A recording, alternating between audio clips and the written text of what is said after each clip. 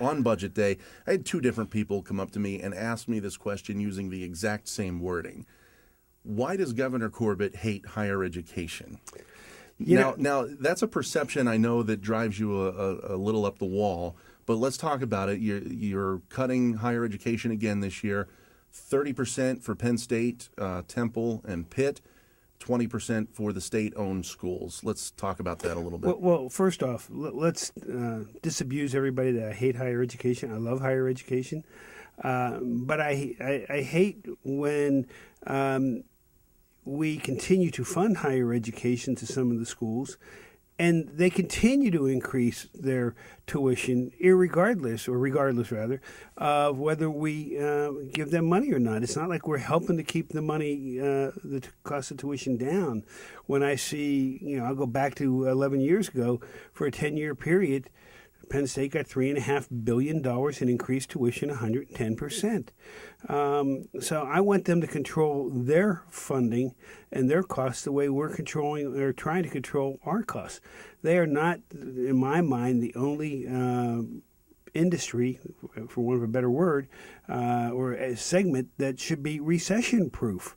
They need to get their costs under control. And I know people think that means I hate education. I don't. I want to see the students get more value for their money.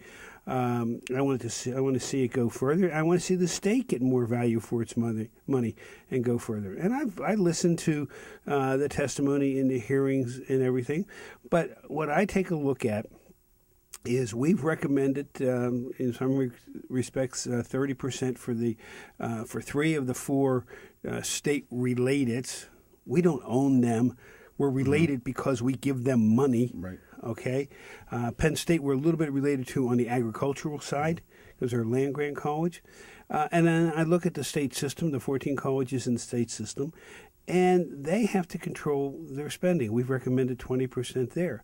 But in the cost of their operating budget for Penn State, it's 1.6% of their total operating budget. And I think that in a down economy, in difficult times, and this has been going on since, 2008? And in fact, in 2008, they got more money. In 2009, they got more money. In 2010, they got more money. When nobody else was getting more money or should have been getting more money, they continue to get it. And now, because we're trying to control the spending because we have nowhere else to go. That leads me to another point. And I'm going to do this as a demonstration because you are videoing. We do, and you can see this part on pamatters.com, sure. And if we take a look at the budget pie, as I call it, the pizza pie or cherry pie, since we're in February, if you want to call it that, there are only so many areas that we have. 38.9% of the general fund budget of that 27.1 goes to welfare or welfare-related activities. 40.3% goes to education. That's K through 12 and higher ed. So that's 40 cents out of every dollar that we receive in taxes goes there. Mm-hmm. Corrections, which we didn't increase at all, is 7.3%. That means for everything else the state does, except for roads, because that's a separate fund, right, it's 13.4%. When the revenues aren't coming in, you have to find savings somewhere else. You have two choices: find savings somewhere else or raise taxes. And I made a commitment not to raise taxes. I made a promise to that. I'm going to keep that promise.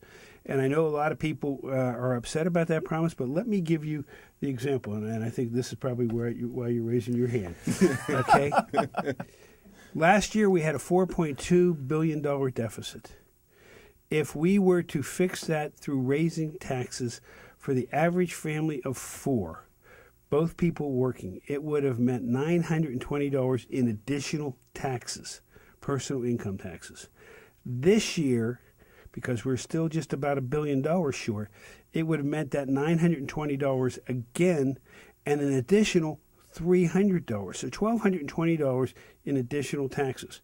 All the talk about the payroll tax extension down in Washington, that money would have just come to here and would have gone right into the state budget. We made a commitment to the people of Pennsylvania. I made a commitment. We weren't going to raise taxes. We're going to get our spending under control.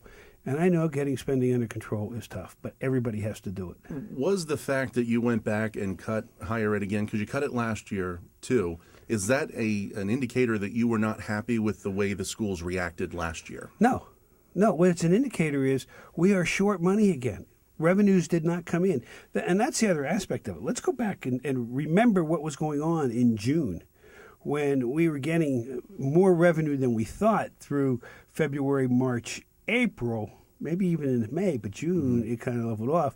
And everybody said, wow, there's $700 million. Let's go spend it. And I said, do not spend it. And I refused to spend it. We needed that money. If we would have spent that money, we'd be $1.7 billion in the hole. Yeah. And the problem is when the revenue is not coming in, and you can increase revenue by taxes, or you can control your costs, and I would rather control our costs, we only had certain areas to go to. We recommended last year 50% cuts in the state-related, if you recall. The General Assembly didn't agree with that. They reduced that to about 20. They reduced it to about 20. This year, again, if we're looking as to where we're going to cut. Now, this is my recommendation. What I recommended in welfare, what I recommended in education, everything else. These are my recommendations, and we believe these are good recommendations. The legislature, as you know, doesn't go along 100% with it. We will see where they will find the money. I can tell you what we're not going to do. We're not going to raise taxes.